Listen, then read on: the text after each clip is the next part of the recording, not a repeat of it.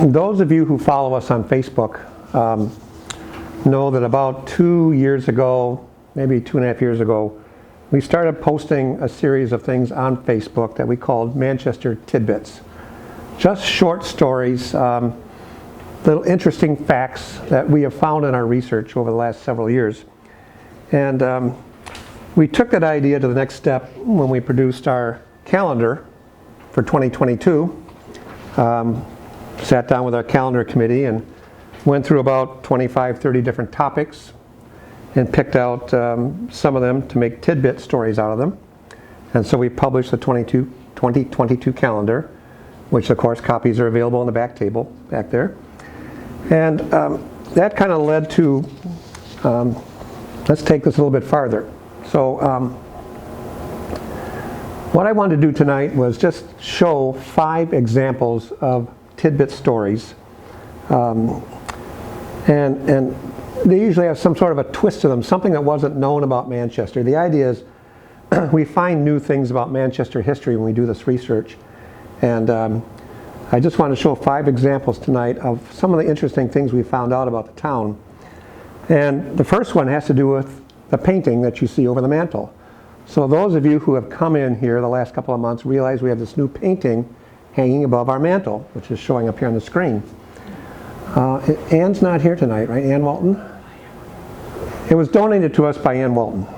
So let me... It's a portrait of Louise Merriman Keefe. Now, if you do Manchester history research, the Merriman name and the Keefe name are very big in early Manchester history. And this portrait is of Louise Merriman Keefe, probably not too long after she was married to John Keefe. She is the second wife of John Keefe. She's 13 years younger than him. And Anne donated this picture to us and told us some of the history of it. It was passed down from the daughter of John and Louise Keefe.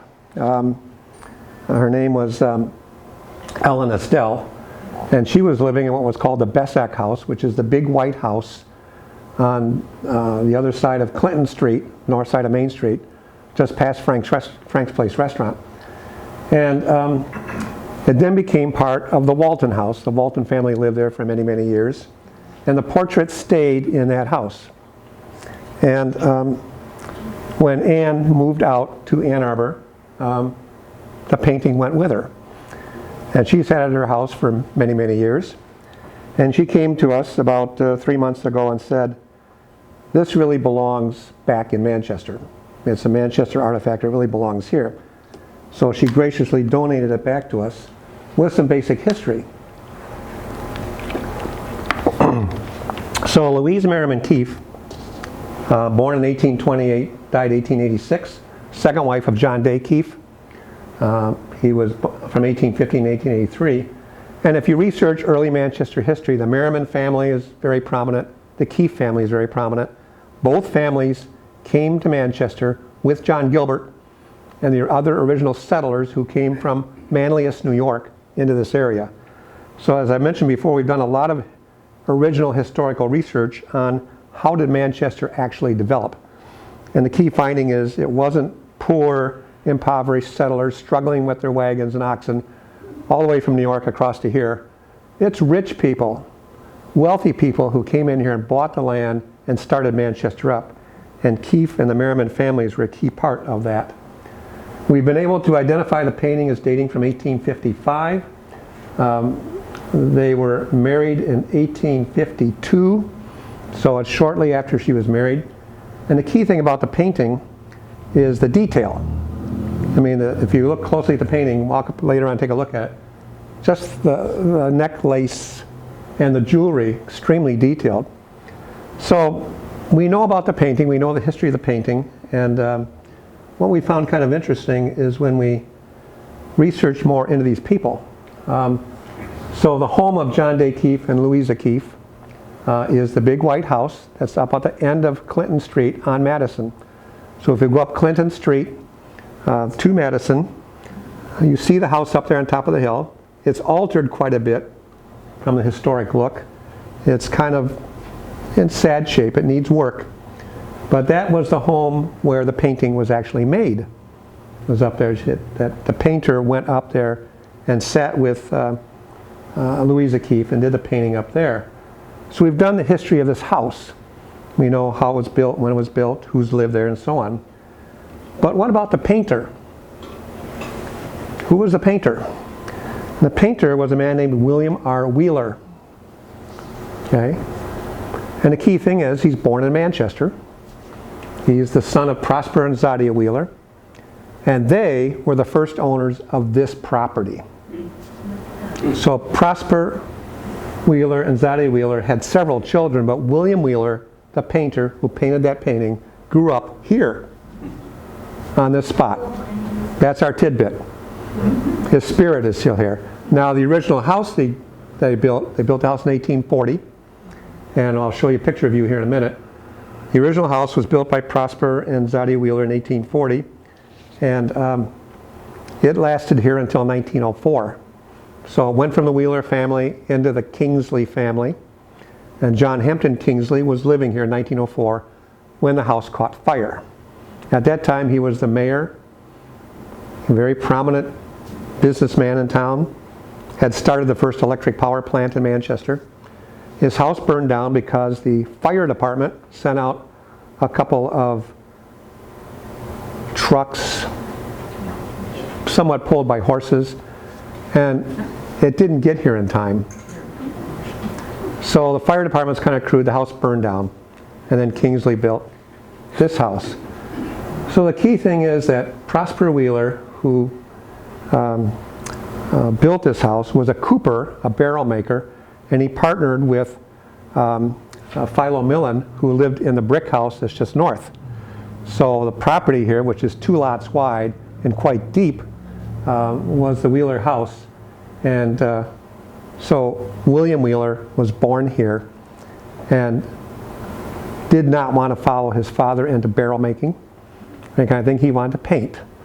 So he began painting, and he was here in the area until 1862 when he moved to Hartford, Connecticut. And he became quite prominent. You can go on the internet and you can find all sorts of websites dedicated to William Wheeler, a lot of auction sites. We've talked about the detail on this painting and how intriguing that was. And I just thought it was kind of a neat tidbit that the painting has come back to us. That the painting that William Wheeler made here, while he was still living in this spot, is now hanging on a wall. So we're very grateful to Ann Walton for giving that back to us. And he did become, again, quite a prominent painter. And the best view we have of the home in that time period is from what's called, again, the bird's eye view. We've talked about that here before. The bird's eye view was made in 1872. We've researched the people who were involved in the survey work and the three-dimensional graphic illustration.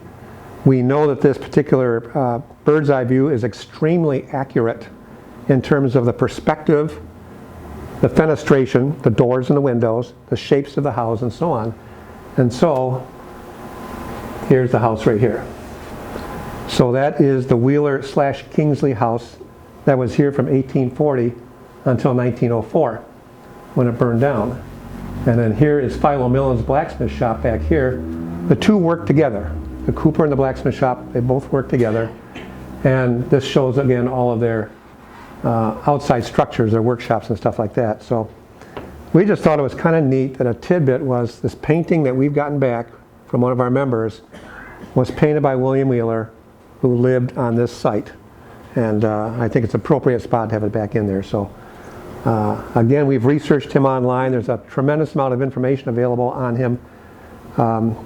And they do talk about this painting and particularly note the detail of the lacing and the jewelry that Louise Merriman Keefe is wearing. How he could do that when he was about 25 years old and just beginning to learn how to paint. So anyways, that's our first tidbit for the night. Second tidbit. One of the historical home research projects we were asked to do is this blue house, which is over on Washington Street and Duncan. It's on the southeast corner. You go down Washington to Duncan, it's very prominent. People have known this as the Matt Blosser house. And the owner of the owner of this house, back about 3 years ago, contacted us and asked us to research the history of her home, which she had just purchased. And when I figured out what it was, I said, well, you're in the Matt Blosser house. She had no idea who Matt Blosser was, so good. So we did a thorough research on this house, again, starting in 1833 with John Gilbert buying the property up to the current time. And we're fortunate in being able to do this research because all the Washtenaw County deed records are online and available. The state of Michigan has put all the historical survey work they did online. That's available now. In fact, you have to do it online. You can't go pick up the books anymore in Lansing because they're trying to preserve everything. So we're able to put together the ownership of this house.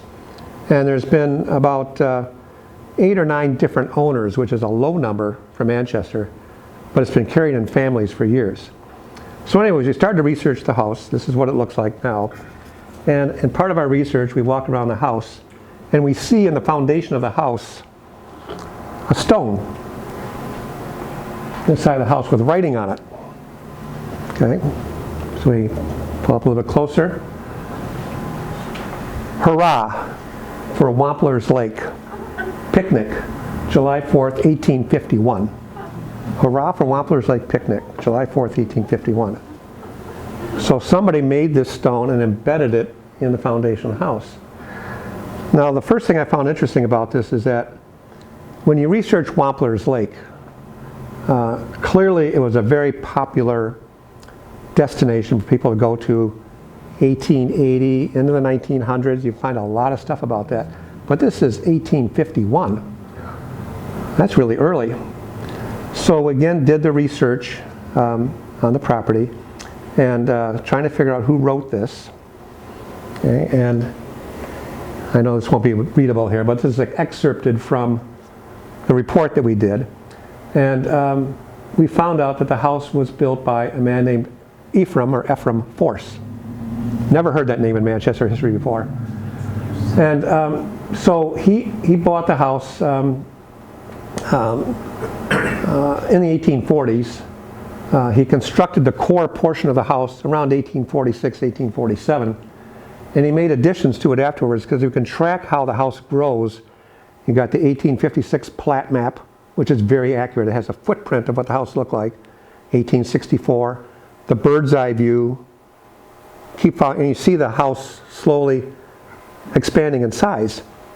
So Ephraim Force put this foundation stone in on around July 4th, 1851. Hurrah for Wampler's Lake. So his family went on a picnic out to Wampler's Lake in 1851. I said, that seems early. Well, there's no Manchester newspapers from that period, so you have to go to the Ann Arbor newspapers. So in the Ann Arbor newspapers, there's probably 4, 5, 6 of them from that time period because Ann Arbor was extremely political. There was a Democratic newspaper, a Whig newspaper, an independent newspaper. Fortunately, in the 1940s, a man named Lewis Dahl, who was a research librarian for the University of Michigan, indexed them all. He read all these newspapers, actually read the original newspapers, and made an index out of it. So I, just out of curiosity, looked up Wampler's Lake in that time period. And there's all kinds of people going to Wampler's Lake. It was a big place to go to in 1851. And I thought, that's kind of unusual. You can't find any other evidence that it was that big of a house and that big of a place to go to. But if you look at Ann Arbor newspapers from that time period, you'll see promotional advertising going on for facilities at Wampler's Lake in 1851. So Manchester residents were going out there then, in that time period. Ephraim Force sold the house to Matt Blosser, publisher and editor of the Manchester Enterprise, in 1892. So Blosser lived in the house from 1892 till he passed away in 1940. It then passed to his daughter and passed to other family members. It became known as the Grossman House. It was the Blosser House, the Grossman House. And so we're able to trace the entire history of the house. But we just found it's unusual. Here's this embedded stone in the house talking about Wampler's Lake. So did a little bit more research, and we found out, well, you could get to Wampler's Lake by stagecoach. So in 1851, there's no train yet in Manchester. So the question is, how did you get there? Well, we had a stagecoach line that ran from Jackson through Saline and other locations beyond. And during the summer months, the Hibbard and Hubbard stagecoach line ran stagecoaches from the Manchester Hotel, which we see in this picture here, out to Wampler's Lake. So there's a thriving business going on there. So if you want to go to Wampler's Lake on the weekend, you just make reservations with Hibbard and Hubbard and a stagecoach, out you go. So to me it was kind of an interesting tidbit in that it connected something much earlier into Manchester's history than we thought it occurred at the time. And we actually found out how people got there. I mean, they may have taken their own horse and carriage out there, but there's no other way to get there other than by horse and carriage. And Hibbard and Hubbard ran a business running a stagecoach out there on the weekend.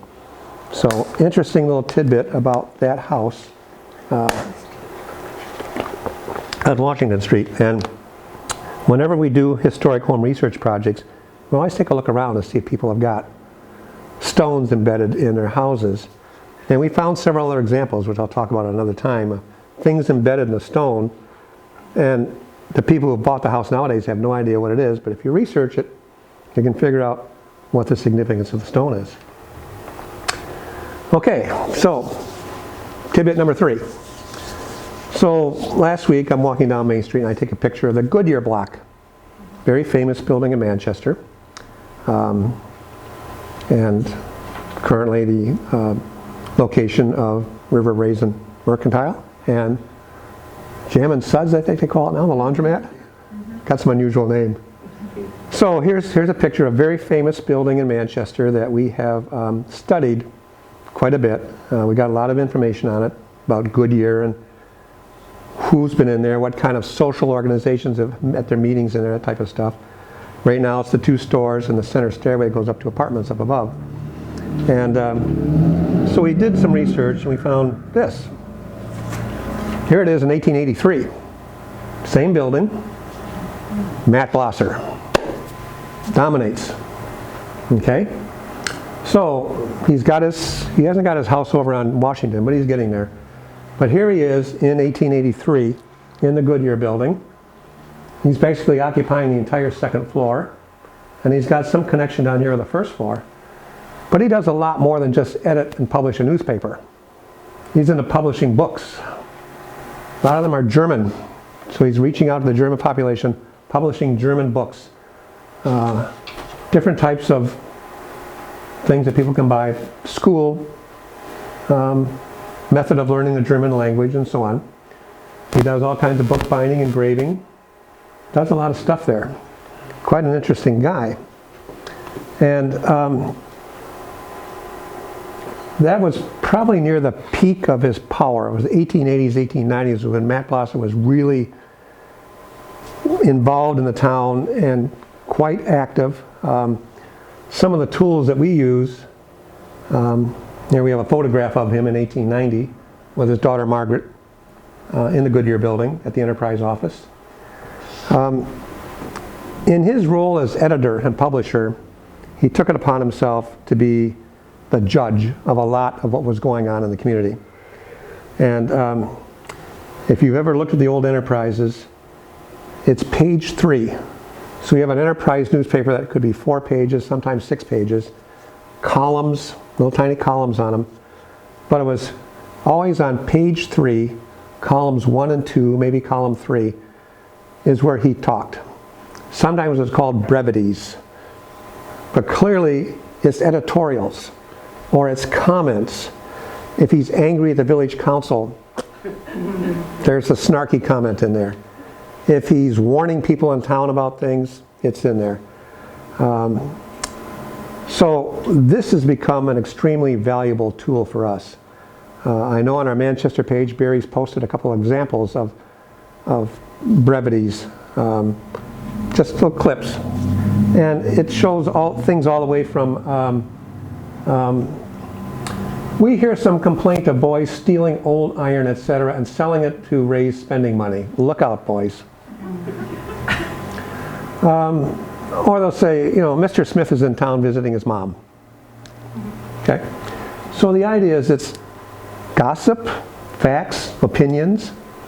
And if Matt Blosser was one thing, he was opinionated. He would state his views and his opinions on things very clearly. And it was always on page 3 of this paper. So a typical example is just shown here. It could be all the way from somebody suddenly died to somebody's mother is in town, or these kids are vandalizing or whatever. But he really took on the village council. And he was not afraid to do that. So we have an example of that here coming up. We are very, very fortunate. If you remember from a few years back, Carolyn and Alan Dyer lived here in town. They lived in a second house up on Ann Arbor Street. And Alan was very, very deep into historical research. And probably the single most important asset we have as a historical society is his index of the Manchester Enterprise, 50 years worth.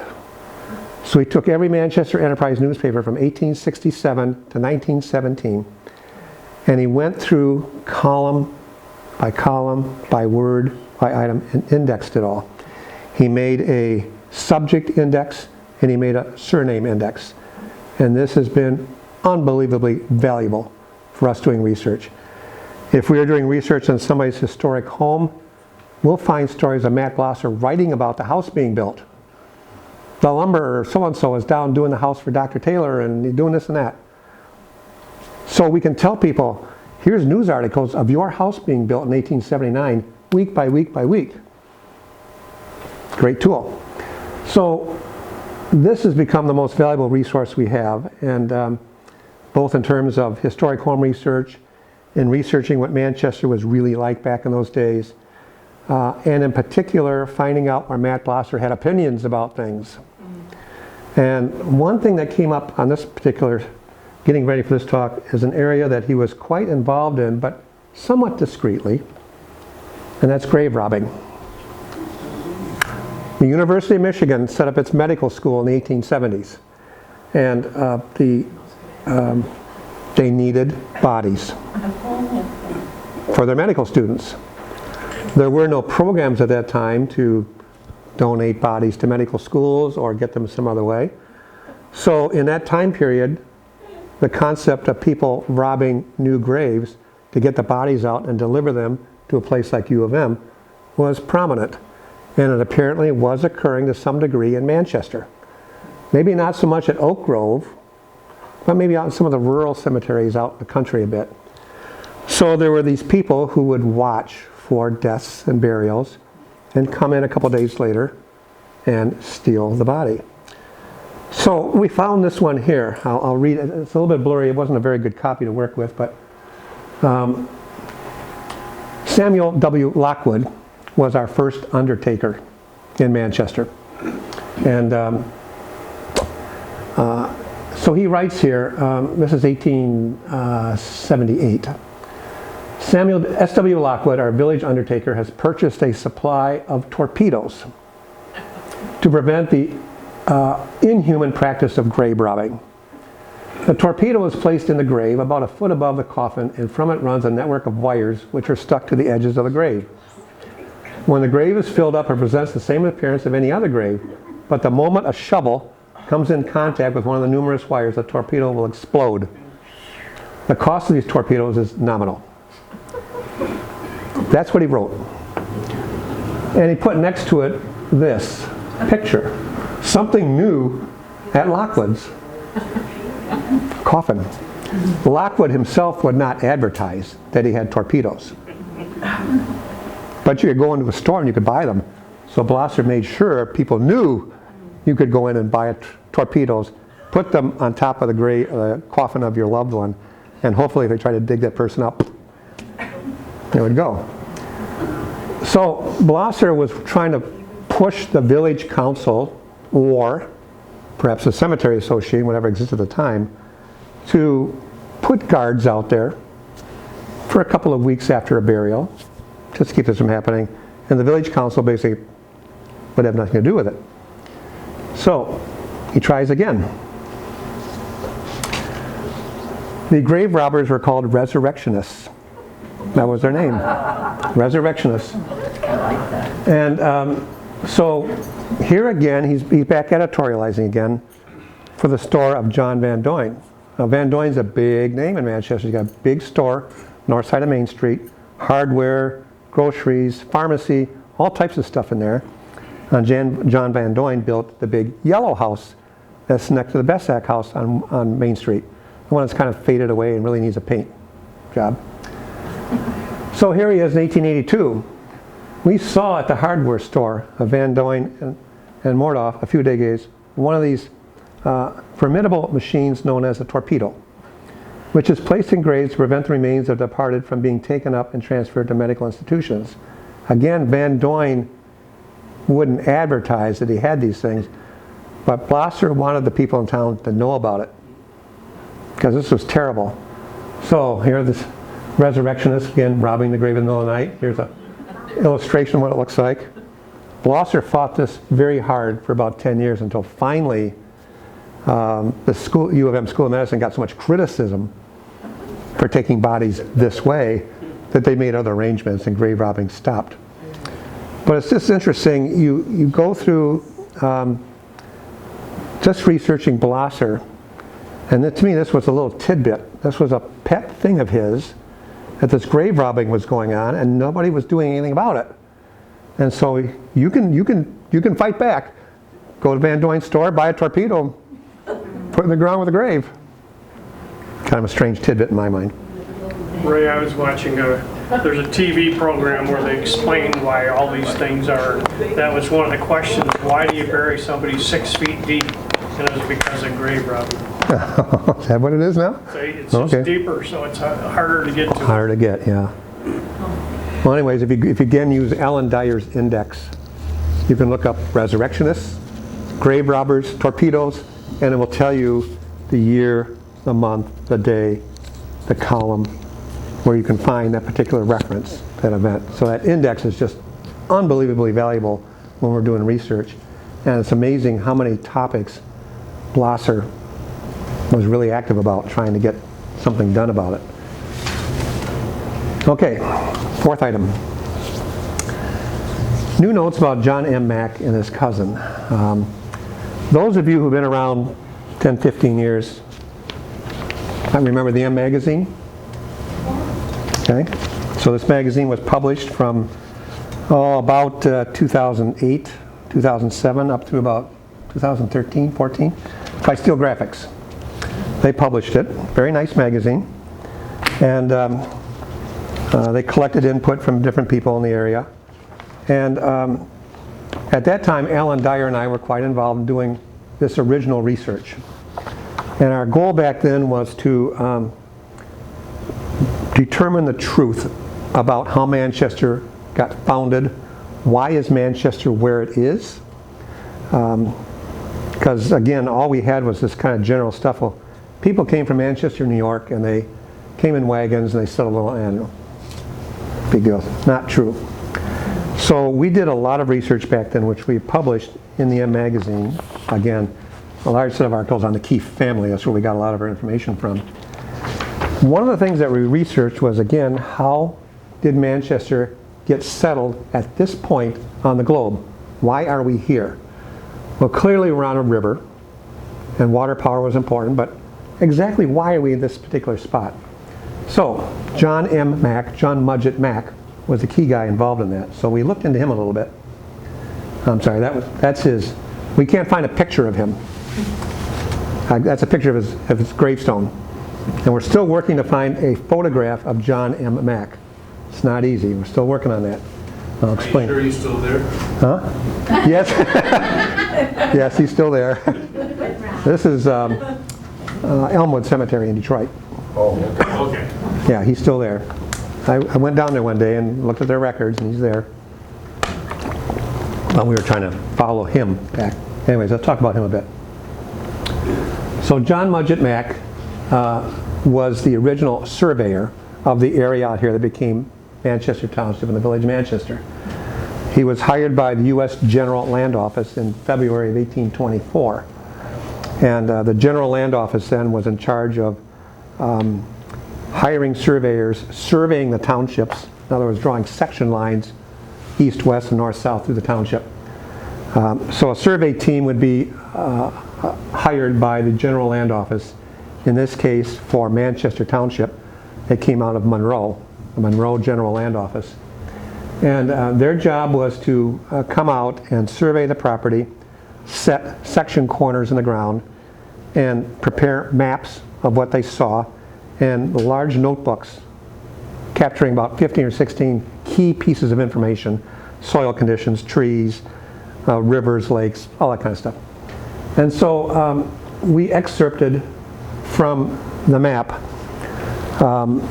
this note that John M. Mack wrote in 1824, which says a good mill seat.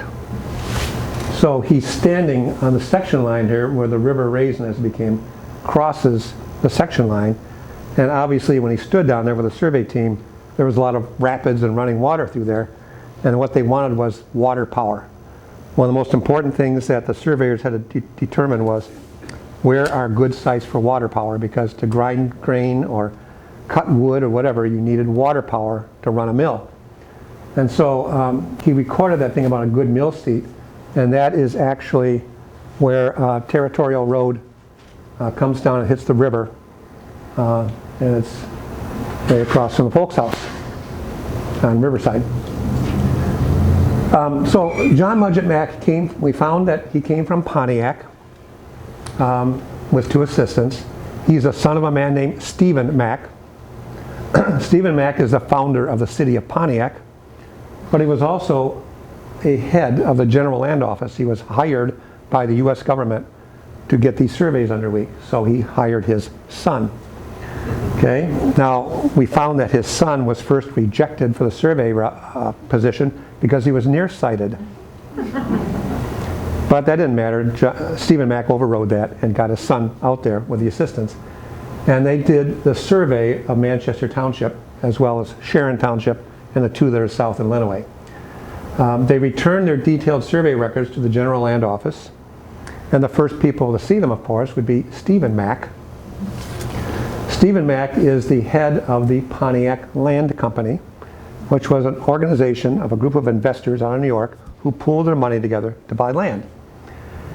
They were also affiliated with the Rochester Land Company, which was involved in settling the town of Rochester, Michigan. And the Pontiac and Rochester Land Companies included in their investors Stephen Mack and John Gilbert. So we figured out how John Gilbert got hooked in with all of this.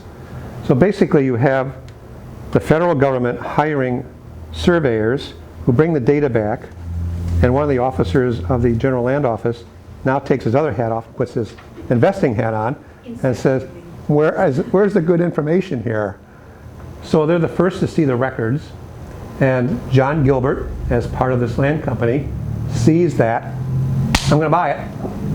So in 1826, he came out and bought not only this chunk of land around the mill seat, but basically what became the village of Manchester. And as well as some other properties around Manchester, one down on Iron Creek. He bought about 75 parcels all the way from Rochester, Michigan, across Oakland County, Wayne County, Washtenaw, and out into Jackson County. His farthest parcel was what's now Jefferson, the former village of Jefferson out on Clark Lake Road.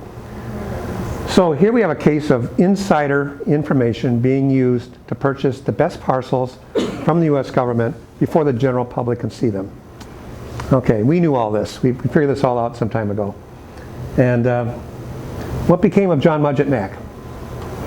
When he was done with his survey work, he went back to Pontiac. He went to work for his father, Stephen Mack. His father sent him to Rochester, where he opened up the first hotel and the first store. His father died suddenly in 1826. He came back to Pontiac to clear out his father's estate and assets. There were a lot of major problems going on with that stuff. But by 1834, John Mudgett Mack had moved to Hamtramck Township. And he eventually became the township supervisor in Hamtramck Township. And over the years, the township, of course, was gradually absorbed by the city of Detroit, coming in around it, and then the city of Hamtramck itself was formed. And so John Mudgett Mack is very well known and very famous in Hamtramck history. If you've been to Detroit, you know about Mack Avenue, which runs through the center of town, crosses Woodward. That's named after John Mudgett Mack. And there is substantial records at the Burton Historical Library, which is part of the Detroit Public Library, on the Mack family and on the Pontiac Land Company. So we were able to put together all this information about who was the guy who was most influential in getting Manchester founded where it is, how that information was used by John Gilbert, who then got the village started. So kind of inside connections. All right. So, did John Mudgett Mack ever return to Manchester? So when Alan Dyer and I did this research back in the 2010, 2011, 2012 period, we couldn't find anything that said he ever came back to Manchester. He did a survey work, his dad took it and gave it to John Gilbert, and off they went. But at the Burton Historical Library in Detroit, where somebody like me's got to pay money to get in because I don't live in the right counties. If you use the Detroit Public Library and the Burton Public Library, you got to live in Wayne, Oakland, and Macomb County. So if you pay money, they'll let you into the Burton Research Library at the DPL. And we found in there tons of records on the Mack family, which obviously they should be because Hamtramck is really in that area there. And we found all kinds of other stuff that was interesting. I just showed a sample of a page. You can't read it here, but there's hundreds of pages that somebody typed up on the history of the Mack family. And one thing that we found was that in late 1837, John Mudgett Mack did return to Manchester one time. He brought with him his first cousin. It's his first cousin. That's the interesting tidbit. Joseph Smith. Familiar with the Church of Jesus Christ of the Latter-day Saints, or the Mormon Church? Joseph Smith is the founder of that church. Okay? So Joseph Smith, the founder of the LDS Church, is the first cousin to John M. Mack. They're first cousins. And Joseph Smith's mother, Lucy Mack Smith, moved to Pontiac. They all came in there. And Joseph Smith would regularly come up from New York or Kirtland, Ohio, or the other places where the Mormon Church was starting up, to visit with his family in the 1830s. And by the 1830s, we have several of the Mack family members living in the Pontiac area and had converted to the LDS Church, which wasn't very popular for them to do that. John M. Mack, our John Mudgett Mack, did not convert to the LDS Church, but he and Joseph Smith were in regular contact when he came to visit. Now, you can research Joseph Smith quite thoroughly online. The Wikipedia page for Joseph Smith is just exquisite detail on there. But the interesting thing that we found was that if you research the Church of Jesus Christ of Latter-day Saints, they began in 1830 near Manchester, New York. Now, Manchester, New York originally had a different name. As we've talked about in a previous talk here, many of these towns throughout states, New York, New England, that had significant water power potential, renamed themselves Manchester in recognition of the worldwide influence of Manchester, England. And our Manchester, Michigan is named after Manchester, England, because Manchester, England was the world center of water-powered manufacturing. The British population of Manchester, England, 1820s, 30s, 40s, developed all sorts of technologies for water-powered equipment and industries. And towns in Michigan that had significant water power to promote themselves renamed themselves Manchester. Manchester, New Hampshire, Manchester, Connecticut, Manchester, Vermont, Manchester, New York. That was a big thing to do. And I'm curious whether the fact that Joseph Smith began his church there in 1830 near Manchester, New York, led to what I'm getting to in a minute here.